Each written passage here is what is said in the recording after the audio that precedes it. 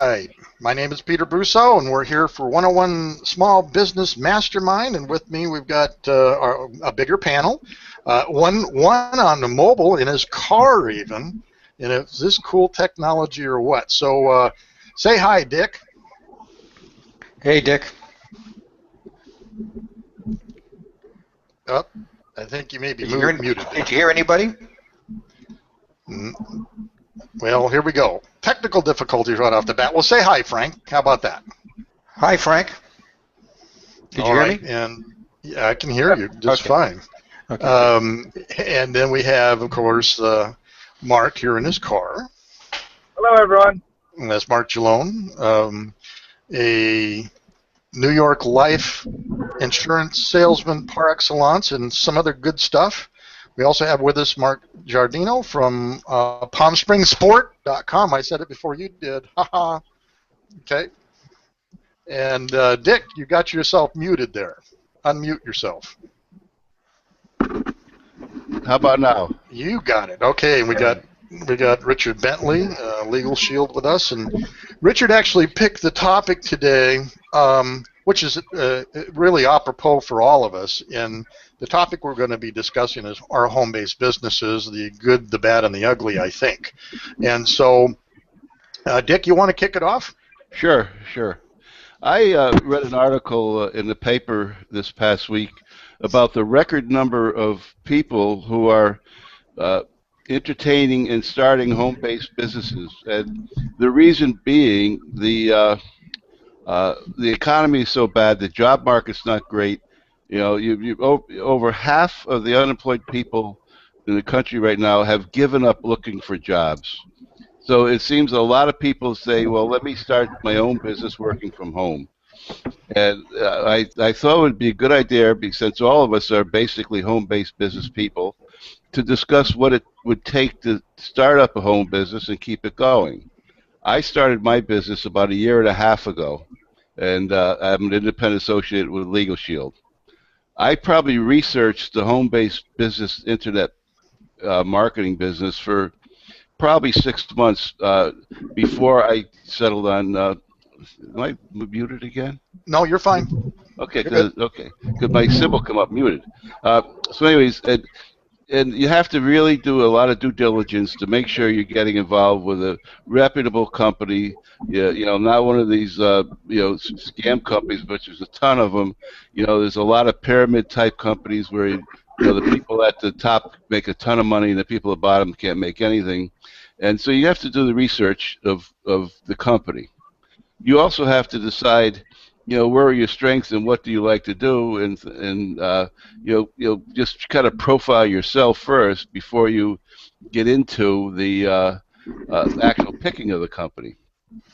And so I went through and I settled on Legal Shield because I thought, one, it was a very solid company. Two, it's a needed service that you could do, and it kind of mirrored to a large degree what I did in my career in sales and marketing. So I felt very comfortable with it. And so I did a little research on the internet of, what does it take to be a home-based business entrepreneur? And the thing that I found in almost every article I read is they talked about being mentally tough. Okay, so I asked myself, what does being mentally tough mean?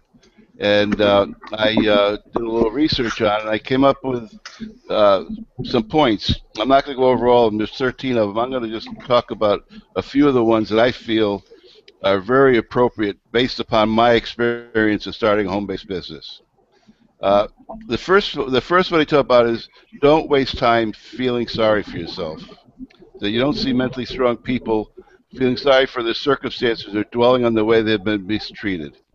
You have to take the punches. You got to get up every morning, say it's another day, and realize that not everything's going to come through the way you want it. So you have to put aside woe is me and why did God treat me like this, and go out and make things happen.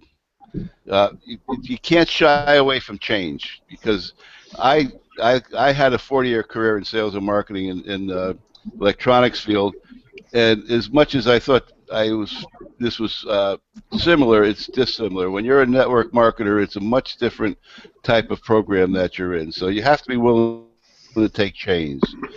You have to be willing to take calculated risks. Because if you don't, you don't know when to take that risk. It'd be, should I invest in something or should I go, put out a different marketing program? You have to be able to take that risk. Don't waste energy on things you can't control.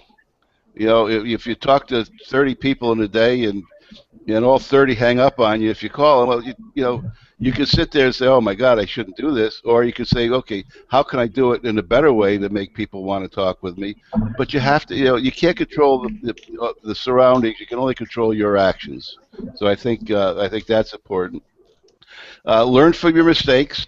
Like I say, if you spent a week doing something and you had zero results, well, the definition of insanity is to do it again and expect different results, the same results rather than results. So you learn by your mistakes. I and at every Sunday night, I grade myself. I sit down and say, okay, how did I do today? And I'm brutally honest with myself, probably harder on myself than I would be anyone else. And then Sunday, I say, okay, here's what I got to do this week, and I review every day. So you kind of you have to be your own self boss, but you have to be honest with yourself. When you look in the mirror, you can't say, wow, you're great, and you didn't market one program, then you're not so great. So that's kind of you know what I think is important. Don't be afraid to be alone, because it's just you. And if you're fortunate like I am, I have a wife that's very supportive and helps me a lot. And I have some great friends like Peter that have helped me a great deal. But the bottom line is, you're in it. It's your business, and you can't fear that alone time. You got to take advantage of it to uh, improve your business. You can't feel the world owes you anything, because it doesn't. The only people that owe you anything is yourself. And you owe it yourself to get up every morning and do the best you can in developing your business. Uh, don't dwell on the past. You can't worry about what's happened has happened. You learn from it, but you move forward. And I guess the last part of it that I would say is be patient. It takes time to build a business, and so you can't expect you're going to start your business Monday, and on Tuesday you're going to be signing up clients and making money, and and by Friday you're going to be rich. Not going to happen. So just set realistic goals. Have a great deal of patience.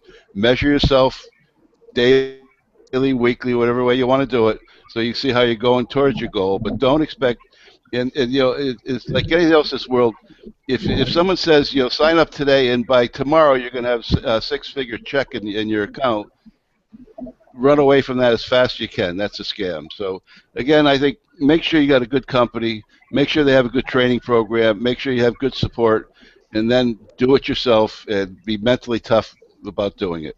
That's it for me, Peter. All right. That was great, Dick. Why don't we have Mark Gillone? Can you jump in here? I just don't want to lose you and then not have any of your pearls, words of wisdom. So why don't you jump in? And I'd love to add on. I completely agree with what Dick said, and I just have a few little caveats to add in. Where Dick was saying that you have to what you have to do is track your results. You want what in my field of business, I have a weekly, monthly tracker, and I keep those statistics with the phone calls. If I'm calling 20 people a day, and out of that I'm only getting 2 appointments, at the end of the week, I need to figure out what I'm doing wrong. And maybe it's the people that I'm calling, or maybe it's the phone script that I'm using. So you need to fix those areas. Or maybe it's just the simple fact that I'm not good on the phone. And then, so that's a big factor. You want to be able to have trackable results so that you can focus on the areas that you're really doing well at, especially if you're in some type of a sales profession. And let's face it, most of us small business owners, we've got, it's 99.9% we're in a sales profession. It's a service industry. We've got to sell ourselves. And like Dick said, you've got to roll with the punches, and it's not an overnight business. New York Life is one of the largest companies in the United States of America. We've been around for 169 years. Every senior agent tells every junior agent, you're not going to get rich overnight. In fact, you're going to struggle. It's going to be the first 3 years of working. It's going to be the 3 hardest years of your life. And then, and only then, after the first 3 years, will it start to become a little bit easier. And the reason is that in any business, it takes about 3 years for you to really get established, settle in, figure out what works for you, what doesn't work for you, and get that momentum going to where you can sustain yourself. You know, a lot of small business owners make a big mistake, and they invest in a big storefront right up front and have huge overhead, and they fail. They fail to plan. They get in over their heads. They have no idea what they're actually doing. Have a plan before you go out there. Research it. I think that's pretty much all I've got right now. Dick is hitting 99.9% of all of the key points. Yeah, that's good counsel too. You know, last week we had our podcast was on business plans. So when you're talking about planning, we spent the entire time talking about planning last week. So, all right, how about you, Frank? All right, I'm the other guy, the other end of the spectrum. I don't like to plan. I don't like to call. I don't like to sell. What the hell am I doing here, right? Interesting topic, Dick. I'm glad you selected this. I was watching Bloomberg TV this morning, which I do every morning. They had the editor of Glamour magazine. Now, why was she on? She was an editor. Why was she on Bloomberg News? And she has a new article, feature article in this month's magazine, and it's about the millennials. Again, our kids, I guess, in our case, Dick. Yeah. They're not. Their goal is not to get the corner office. Their goal is to start their own business, and it's mainly the females or the women of the millennials. And this is the fastest growing trend. They're looking at what their parents have gone through, and their and their friends, parents, and so forth, where they're getting laid off and so forth. And they said, I don't want to be subject to this. So it ties right into what you're talking about, which is the home-based business. And that is a perfect way to start. You know, by a franchise, or in Mark's case, he's dealing with a major corporation, Mark Jalome. Anyway, so I think this topic is perfect. My focus is on how to attract new customers or new people to get interested in what you're doing, whether you're selling cookies from home, you're selling life insurance from home, you're selling legal protection, or websites, or whatever else you're doing. I remember one of my jobs, I joined a startup out of Atlanta when I was I guess I like to use the Mark Wahlberg. When I was a new kid in the block, I joined a company in Atlanta, and it was a software company, and I took it from $1 million to well over 9 figures as VP of sales. And I remember we were meeting in Atlanta. We were international, and we had no debt. We had millions of dollars in the bank, and we had the whole sales force was out there, and then the staff, the production staff, and so forth. And we were relishing in our glory. And I stood up and I said, "Hey," I said, "see all these things?" I said, "This all goes away tomorrow if we don't make one more sale." And that's how important, like you were saying, Mark, the importance of getting another client. You must always be working to get the next client. That is so critical. And I don't care whether you're New York Life, in my case, it's a company called American Software, or you are Dick Bentley selling Legal Shield. We always need one more client. So that's my focus. And I always like to relate things to stories. I heard this story this week. This grandfather takes his grandson out fishing. Again, you can just picture, it's like a Norman Rockwell painting, right? And they're out in the pond in a little boat, and they're casting their line, and the grandfather catches a fish. And he brings it in, and the grandson's all excited. He takes out his ruler, and he measures it, and says, "Oh, too big," and he throws it back in. Okay, so the grandson doesn't want to say anything. So the grandfather does it again 3, 4, 5 times, brings in fish, measures it too big, and finally the grandson says, "Granddad, what are you doing?" He says, "I'm measuring the fish, and if they're too big, I throw them back."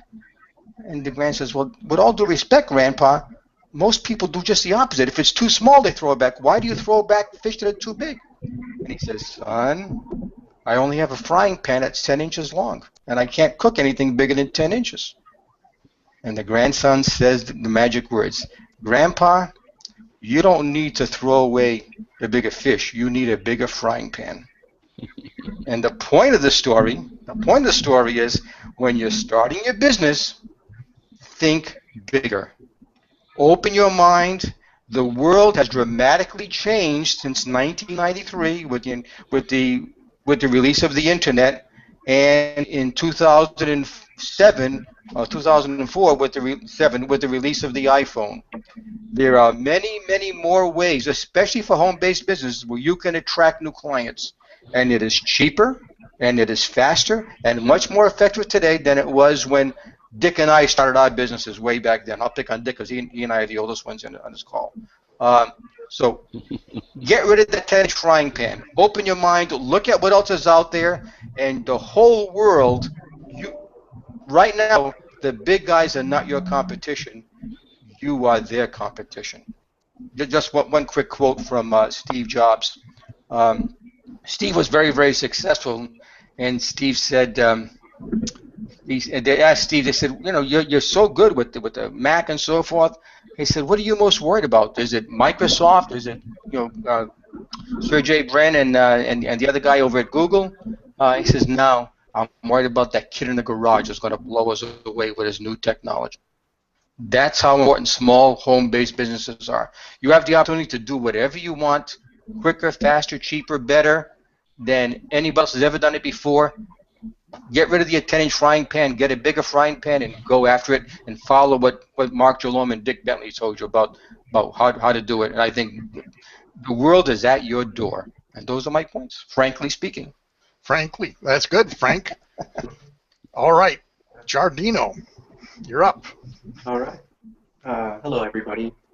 Mark Giardino, sportsreaper.com, sports, fitness, social media website. Pride and ownership. I think about home-based business. One, you take pride in yourself, invest in yourself, and you have to believe in yourself. And two, it's ownership of your business is all yours. And what it comes down to is nobody else is going to do it for you. So you have to put all yourself into your business. And when I think about home base, it's not an 8 to 5 job. It's really 24/7. And you have to be willing to work all the time, every day. And you have to be willing to put many, many hours into your business. And like Mark was saying, you put thousands of hours in business, and am I making this? How am I tracking my progress? In the beginning, you don't see any of it. And you really have to look at yourself and say, this works. Am I making improvement? So you have to go back, work more, you have to work harder, and even harder again. And that's what I have to say about home. All right. You might want to talk up on the next round. Your sound's being split two ways for some reason. Okay. Whatever. Okay, so my turn. I think the most difficult thing about being your own boss is in your own business is keeping on track. You can get distracted so darn easily, especially if you're working from home. and I meant the dogs do something or the kids do something. I don't have any of those issues, but I'll get started on another technology, and by the time I realize it, half the day or the day is gone, and it's like, oops, I didn't set something out that I had to finish today.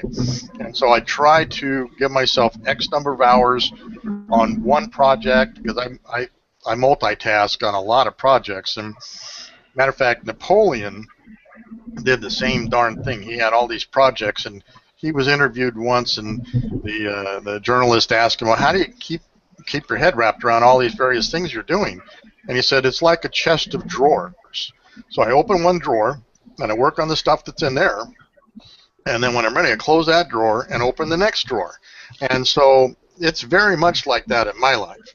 But I know that a lot of small business people, if they have to build their own websites or whatever, you just end up with spreading yourself so thin across the line, it drives you crazy. But then if you just concentrate on one thing to get it done, all the rest of its stuff goes by the wayside. So keeping on track of what's the most important thing, which is usually the next client, by the way, is and the second one is keeping the clients that you currently have happy.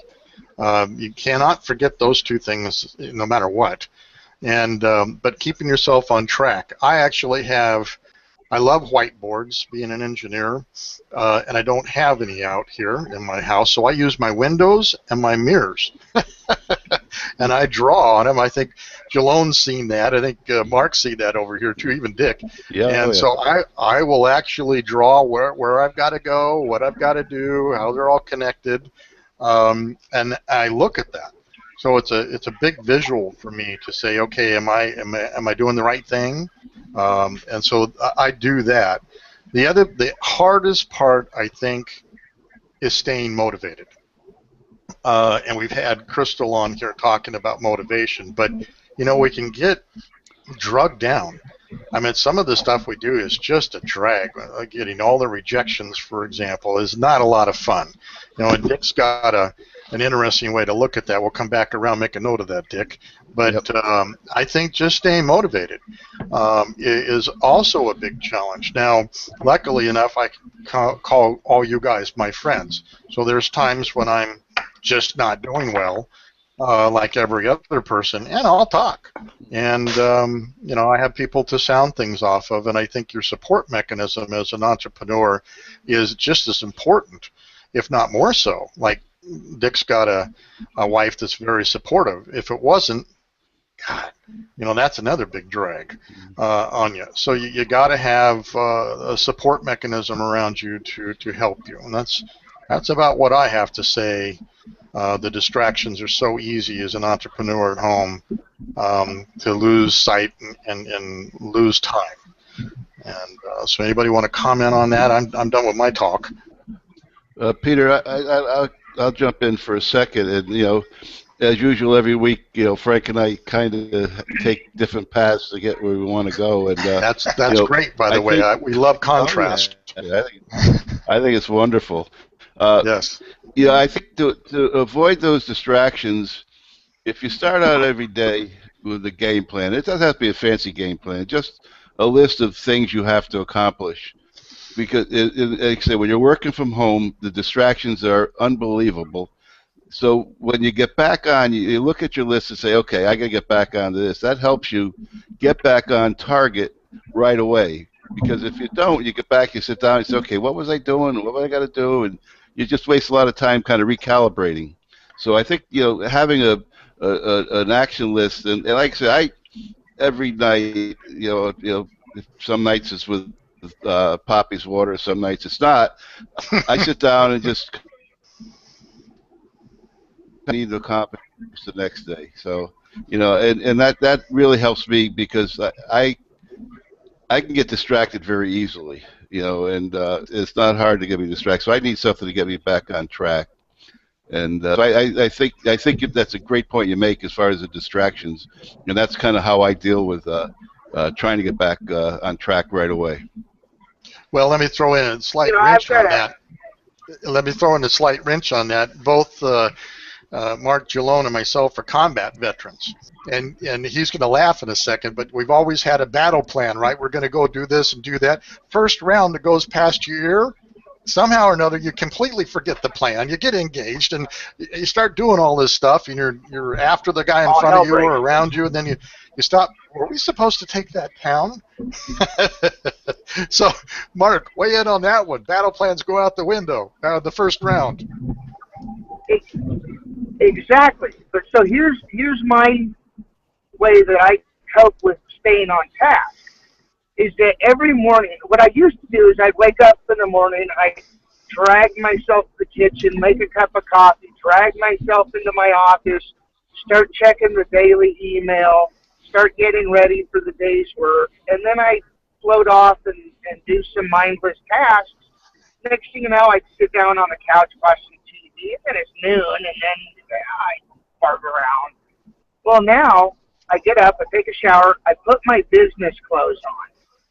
And then that tells my brain and my body it's time to work. Now, whether I go out to business meetings, whether I'm just sitting in front of the computer doing, administrative work, whatever it is, if I've got my business suit on, whether it's just the pants and a shirt or if it's the top, doesn't matter. But as long as it's the work clothes, like my old uniform in the military, that tells me, all right, it's work time. And then when I'm done for the day, whether it's at 2 o'clock, whether it's at 10 o'clock, once I take them off, then it's now time for me to go play a video game, drink a couple of beers, whatever I feel like doing. But I've now, over the last 3 months, I've finally got myself in a habit that now that I have my shirt and tie, that's work time. Yeah, Mark, that's a real good point because I do the same exact thing.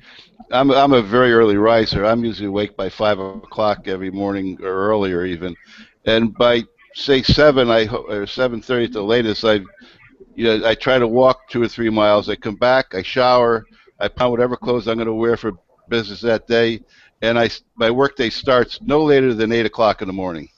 And so that discipline you're talking about is I think is crucial for a home-based business guy who works alone. You need something like that.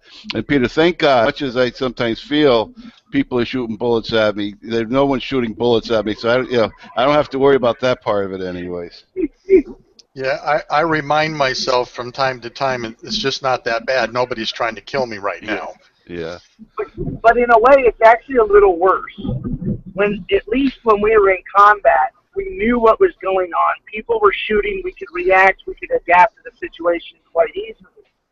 In the business world, when you have a concrete plan for your day, and then all of a sudden one monkey wrench gets thrown into it, it's a lot harder to adapt and overcome as a small business owner. Yeah. I mean, if I have an appointment that runs from 1 hour to about 3, it has thrown off my entire day, and I'm behind. I may not get something done. I may screw up another report. There's days that I'd rather be back over and I just need to stay alive. Yeah. Sometimes combat it does seem to be even simpler than the rest of this stuff, that's for sure. And I don't take the discipline tack that you guys do. I'm kind of living the Buddhist life. When I want to work, I work. When I want to create, I create. When I'm hungry, I eat. When I'm tired, I sleep. And I just run the gambit. I used to have set times, and now I just don't do it anymore because it's hard for me to be creative when I don't want to be creative, and I just slug through it, and it's never good. So for me, I just wait a little bit. But that's the benefit of being the entrepreneur. I mean, I don't have to start work every day at 8. I choose to start early in the morning because I know that I need to check my emails. That's just because I know that I can check them between 8 and 10 o'clock, and then I can still fart around and take care of some rookie in the afternoons to go visit, that kind of stuff. But if I don't feel like visiting clients because I just don't feel like seeing people, I do it. So that's, that is the beautiful part of being an entrepreneur. The discipline side of it is to make sure that if I don't feel like seeing people on a Monday, I need to not make it a habit. Sure. I completely agree. Anybody else want to weigh in on that? Yeah. I'd like to knock on what Mark Jalome just said. When I started my entrepreneurial path back in '93, when I left a software company, it was new to me, and I felt guilty if I wasn't working. So I set this path for myself of always being. I worked out of home, always being at work, and I wasn't smart enough as Mark Jalome was. And here was a problem I had. Since I was always at work, I was never at work because no difference between work and doing work-related business, doing home stuff business, or in my case, I was going single at the time, and and I had no work time and I had no home time. I thought everything was work time, which means nothing was work time because I felt comfortable stopping and doing something else because I was always at work, and I lost a lot of production and a lot of motivation. I was not as bright as Jalome was to be able to do that demarcation. And so I wish I knew back then, Mark, what you know today. So I think it's a very good point. Thank you. Well, you're more than welcome. That was Frank, frankly talking. Yeah, Frank. Yeah. Yeah. How's my sound doing? Okay. Yeah, you're doing great, Mark. You want to weigh in on that? Yeah. Just for talk myself, up a little bit. Being a single father, working at home, and then I get a phone call from school saying my son is sick, and you got to come and get him now. So that kind of situation has some issues, and I have to keep it right at the moment with me again. Mark was saying that we have a plan, we have an idea, but then in an instant things change, and we have to be able to adapt, be able to make changes.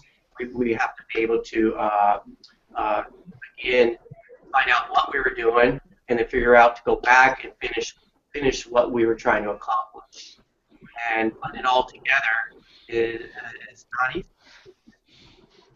Yeah, I agree. You have to maintain flexibility.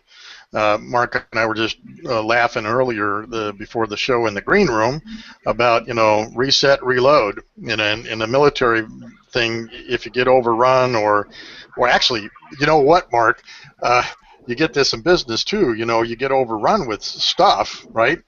And the two worst words in the world are fix bayonets. Those are the worst two words you could ever hear because you're in close quarter combat now where you never really want to be.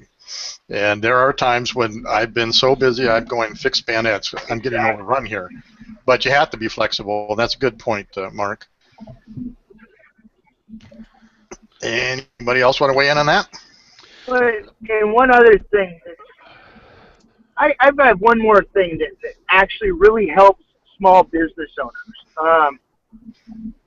If you have the ability to, bring in somebody to help you out.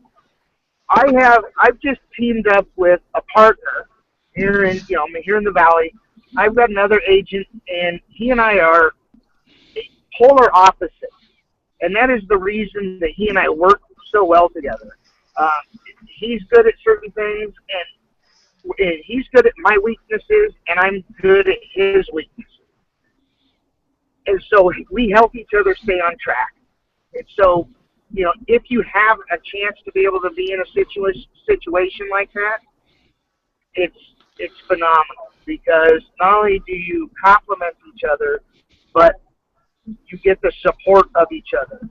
So when things are going tough, you help each other out because that's your lifeline right there. In the military, we used to call them our battle buddies. So, your partner becomes your battle buddy. They're going to look out for your best interest.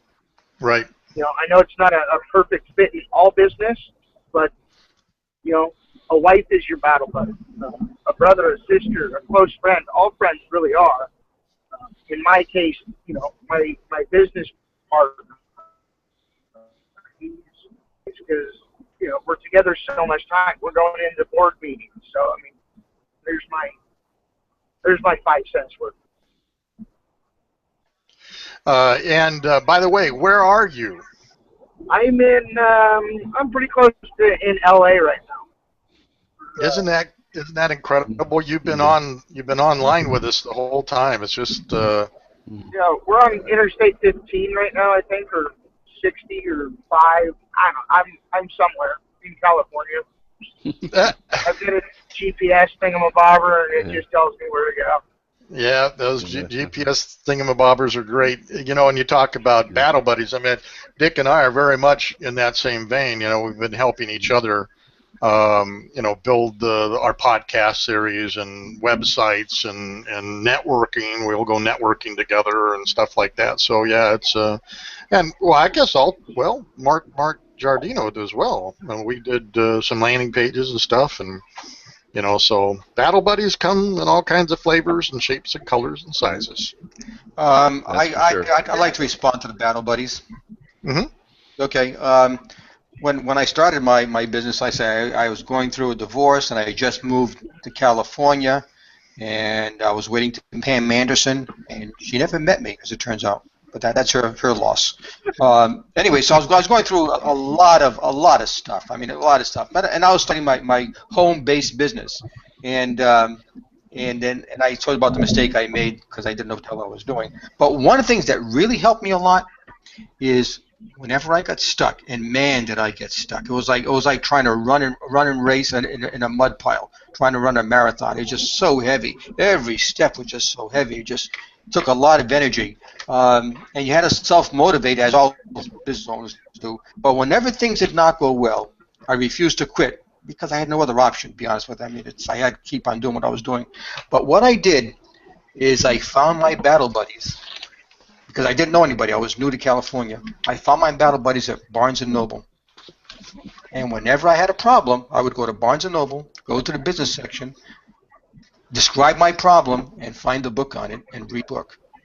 And I bought books and books and books, and some of them were crappy and some of them were really, really good. And they became because I had nobody else, they became my battle buddies, and I still do it today. Matter of fact, I downloaded a book yesterday. I do it now on Amazon, and before I had to drive to Barnes & Noble, hopefully that store had it, if not I'd go to another store, or I'd go to Borders, which no longer exists. Now, no matter whatever battle buddy I want to find, I can go to Amazon, which is where I go all the time, and find out who does it, get the first few chapters for free, and decide to bring a new battle buddy into my group. And I would highly recommend that in terms of getting people who have been through what you've been through and can help you get over your current hurdle, no matter what it is. And so that was Frank, my response to my battle buddy. Yeah. Frank, I'd like to just jump in on that because I was going to, once we get at the end of this topic, bring up the topic of personal development, and you have a great stay into it. One of the things that Legal Shield and their training consular associates to do is at least spend at least an hour a day on personal development, reading or whatever it is that your business is about.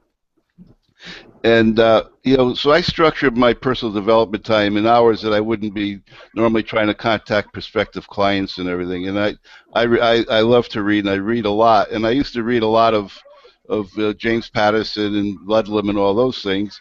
And now I read more of like Frank is talking about. And I have found that as I entered the world of network marketing, it was an entirely different world than the one I was in, even though I thought it was the same. And it's entirely different. It's a much different skill set. And I've read a lot of books on that. And I'm reading one right now. It's Unnetworked Networking. And I'm about halfway through it, and there was a guy was giving a tip on what you should do when you go to a networking meeting, which we all go to tons of them.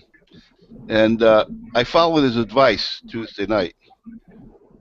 And I ended up, I think I'm going to I went to the Rotary reading this morning. They've invited me to give a presentation on Legal Shield sometime in July, and I think it's because I followed advice. His advice was, when everybody goes to the network meetings, you just walk around handing out business cards, looking over your shoulder, see who you can give the next one to, and see how many cards you can give out. His advice was, find somebody interesting, ask them about their company, listen to them, and then near the end, if you want to just mention your company, go ahead. And I did that. I listened to this lady from the Rotary and her husband and asked a lot of questions, 15, 20 minutes. And as the meeting was getting ready to wrap up, I said, oh, by the way, let me give you my card. And I gave it to her. She looked at it, and she said, what's Legal Shield? I gave her a 30-second elevator pitch on it. And she said, I'd love to have you come to our Rotary and present Legal Shield to our members. It sounds like it would be valuable. So self-development is a very critical part of anyone starting a home-based business, no matter what their background was. If they think it's the same or not, you should still take the time to develop yourself and learn more about the business you're in. So I think I couldn't, for once, Frank, you and I agree on something. So that concerns me. I'll have to rethink my position here. This is not good.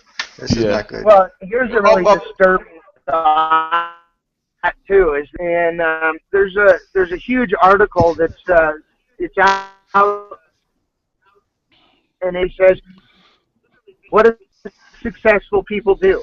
And it's a huge comparison list of what the most successful people in the world do compared to the unsuccessful people. The most successful people, the Fortune 500 people of business, they don't go home at the end of the day and play video games, eat junk food, and sit around in their underwear. They're reading books. They're reading books for leisure. They're reading books on their business. They're reading books to develop their business. I mean, all the things that you guys are just now talking about, that's what successful people are doing. That's what any good business owner should be doing. If you want to succeed, that's what you got to do. Let me jump with two more points on that. Number one, and again, this is the last novel I read was Gone with the Wind. Okay, so you can tell. And I'm serious. All I do now is read business books. In fact, that's all I care about. I don't care about novels. I can watch TV if I want to see a novel or something. And the second thing is, and this is a mistake I made. Remember, I started 20 years ago, which was 93, 94, and I stopped doing that. And again, it's my inclination. Because I'm the prospecting marketing guy, right?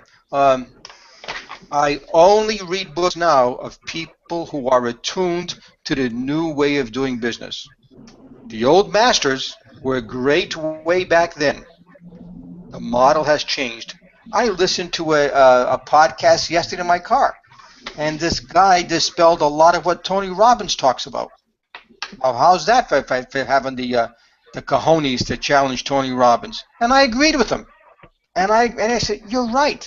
That worked back then. That will not work in today's connected world. So anyway, so if you're going to read a business book or a book on whatever problem, I would recommend. Now Dick will read the classics. I'll read the new guys because he and I are the opposites. Read a book from a current thought leader as opposed to the guy that did it back then when fax machines and pagers were the latest technology. I think that kind of depends on the business and the clientele that you're servicing. Yeah, the one exception being Ben Feldman. You and I have talked about that. Right. Well, I as you can imagine, Frank, I will disagree. Love it. And the reason I disagree is you can't totally dispel. If you don't listen to a Jack Welch, I think you make a mistake. If you don't listen to the CEOs of some of these major companies, you make a mistake. Mark, just touched on it. What are the traits of successful businessmen? And a successful businessman is going to stay attuned to the latest things, but the traits that he lives by, his credo, is what made him successful. Jack Welch in my mind is I know Steve Jobs is your hero, and I think he's one of the greatest men that ever lived. But to me, Jack Welch it was the best at building a company and running a company. And I went to a GE management school. I followed him, and I really appreciated what he did. So I think the successful guy is going to do all the things you said, but you have to follow what are the traits that made him successful. I think that's very important. So I would disagree on that part of it. Okay, and my rebuttal is I agree with your disagreement. Well, I was talking about strictly on prospecting and marketing, not on management. Jack Welch is the king as far as I'm concerned. On marketing and then packaging, Steve Jobs is. But I agree with you on Jack Welch or even Howard Schultz. Yeah. Or even Watson and Jeff Sam Bezos. Walton. Jeff Right, Bezos, but I'm talking about Amazon. in prospecting, getting people interested in what you do. I say follow the current thought leaders as opposed to the people of the past. But that's my opinion. Again, though, but even when you come to prospecting and marketing, it goes by the target audience. A lot of 99% of the companies right now are moving into social media, and that's the big push. And I fully understand that is a major push, and that's the current and that's the future of business. And I'm not disagreeing with that at all. But one of the major markets that I am working in is the retirees and the pre-retirees. And the retirees, like my parents and their generation, most of them are not in social media. So me putting a ton of money into marketing the social media side for the retiree community and even some of the pre-retirees, that's not beneficial. Does that make sense? You're also constrained with what you can do with any of that stuff too from New York Life. Right. I mean, we have pre-approved stuff that has to go. Yeah, I'll show you when we have a sit down. But yeah, I'm completely constrained. We have to have everything pre-approved that goes out unless it's a completely generic. I can post anything about, hey, the weather is beautiful outside. The 49ers played well. Right. But if I say anything about finances, I'm doomed unless I got it pre-approved. No, I understand. But I mean, it's kind of the catch-22 on that. A couple of responses to Mark. By the way, I love this give and take.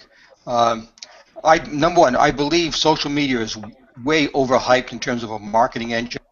I don't think it's there yet. And number two, I being part of your target market, myself and Dick being the retirees, we're probably not on Facebook, but you know where we are on? We're on Google. And you know what we're looking at Google? Things to help us do. I was on Google for a recipe the other day, or I'm on Google to find out about Allison Johnson, my new hero that I met this morning. I'm Google to get answers to problems I have.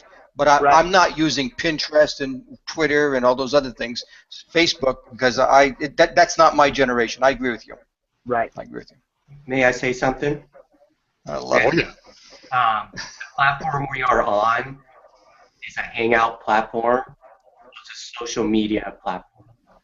So what you're saying, Frank, about social media, right now, you're using a social media platform. We're on a hangout platform.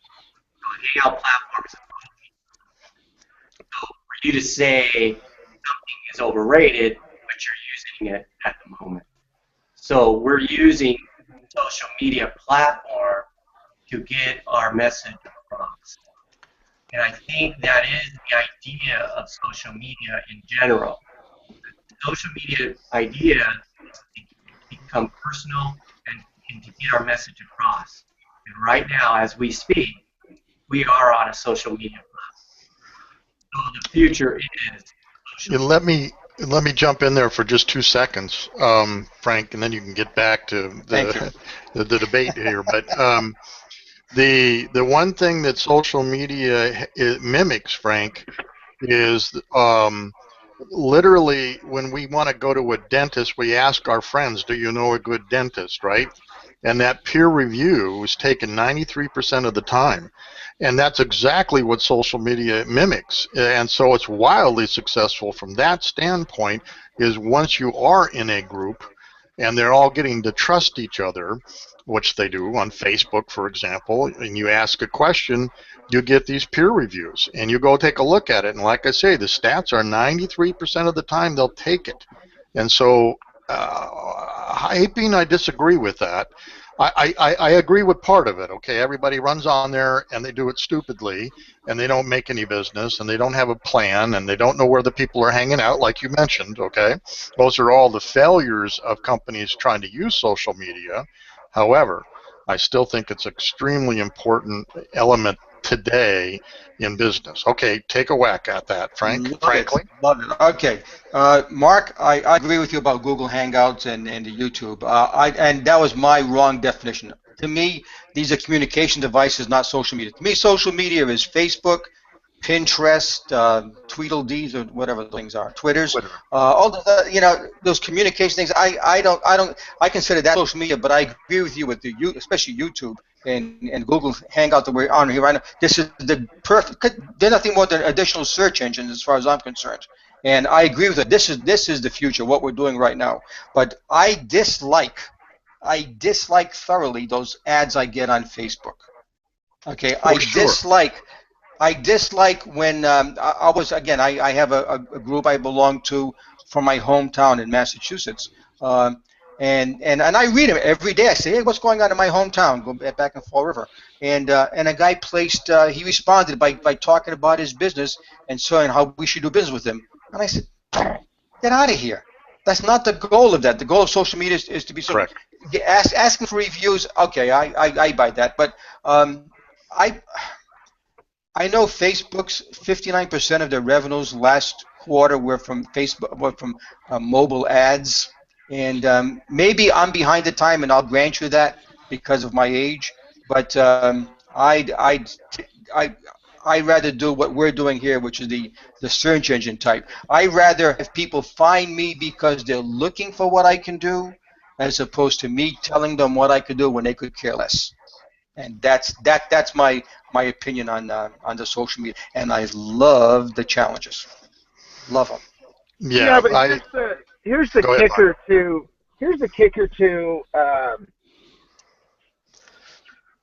the advertising on Facebook and Google and all of these things with the modern advancements. I mean, so social media has pretty much we're pretty much taking away newspapers and magazines. Those things are fading away, and within the next 20 years, you can pretty much assume that local newspapers are just going to be a thing of the past. It's going to start just being all digital, and those things will go away. Now, let's take a look at television. Now, businesses all the time pay big money to put an ad that they're throwing right in your face that you don't care about. They're putting it right there in your face. Well, here's the kicker to that. I don't watch commercials. I record the TV so I can fast forward through them. Mm-hmm. Companies know this. So now, what's the other way that they can put a commercial right in front of your face? Well, everybody's on Facebook. Everybody's on Pinterest and Twitter and Google and all the other websites. So why not market that? Why not have a commercial there? Hey, if I could afford it, I would have my name tattooed and billboarded and plastered on every inch of the valley. More exposure, the better it is. Well, and they are doing pay to play right now, and they're going to have to. It's a foregone conclusion. You can't support. Facebook can't not support itself by its model of being free, and so they've got to capitalize. And they did exactly the right thing. They got enough users, they got enough excitement, and they got enough eyeballs, and they spent a good amount of time. Like if I want to advertise, I want to get the people with, say, it's my self-defense weapon. I want to get the people who are frightened, who have been attacked or whatever. I don't need to get it into the hands of other people that aren't interested in it. So I mean, Facebook does a disservice in one way, but a great service in the other. And I think almost every one of them, Pinterest is going to have to do it too, Frank. All these social media, look at Twitter. It's monetizing by the same thing, by advertising. And that's their model. It's coming, and you got to embrace it. Nothing, they can't keep running for free forever. You know, my philosophy is that you can ignore such a fast, dynamic, growing part of marketing as social networking, and I don't think you can ignore cold calling, which I know what aggravates Frank a lot. I don't think you can ignore going to meetups. I guess my philosophy is do all of the above, measure them, and I'm on Facebook and LinkedIn and Twitter, Frank, pretty much every day, and a lot of time, most every day, Legal Shield puts out tips every day, and I take that and I go to Google Plus, I go to Twitter, I go to LinkedIn, I go to Facebook, and all those things. Does it get me anything? I can't say I've booked an order from it, but it took me maybe 10 minutes, and I've got 200 Twitter followers. I've got all the people at Facebook. They're at least getting exposed to Legal Shield, and the old drip process, drip, drip, drip. Sooner or later, someone's going to say, hey, maybe I should contact Dick. So it's costing me nothing other than time, and my time is minimal, and it's usually done on hours that I'm not trying to contact people or meet with people. So I kind of take the all the above philosophy. Dick, yes. Case in point was yesterday. Okay, we were over at the sheriff's department yesterday because they're interested in our seniorscamspodcast.com. Shameless plug. But what they had, Frank, they had printed out Dick's blog, okay, because he has a identity theft blog that he runs, and they had the whole thing printed out, and they loved it. Now, that was also part of the ambiance of us coming in. I mean, they saw our videos and everything, so we were like miniature rock stars. But you saw that, Dick, right? I mean, you saw that they completely printed out. Yeah, I've done about 15 blogs, and I had a copy of each one. And they had actually read it, and they had notes on it, I saw.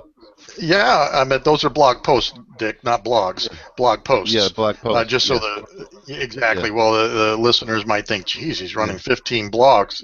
As scatterbrained as I would be. But anyway, you just don't know where it's going to get you. I think that's the issue. Okay, I think you guys have just proved my point twice, and I'd like to tell you how. Thank you. Okay. Number one, on the blog post, that's exactly the way I think we have to go in the new world. People read your blog post, Dick, because they were interested. You didn't throw it in their face. Number one. Well, Frank, and you did a good job. And you did a good job. And they grabbed them. Not that, but you bought real estate. They printed it out and they put it on their desk. That was awesome.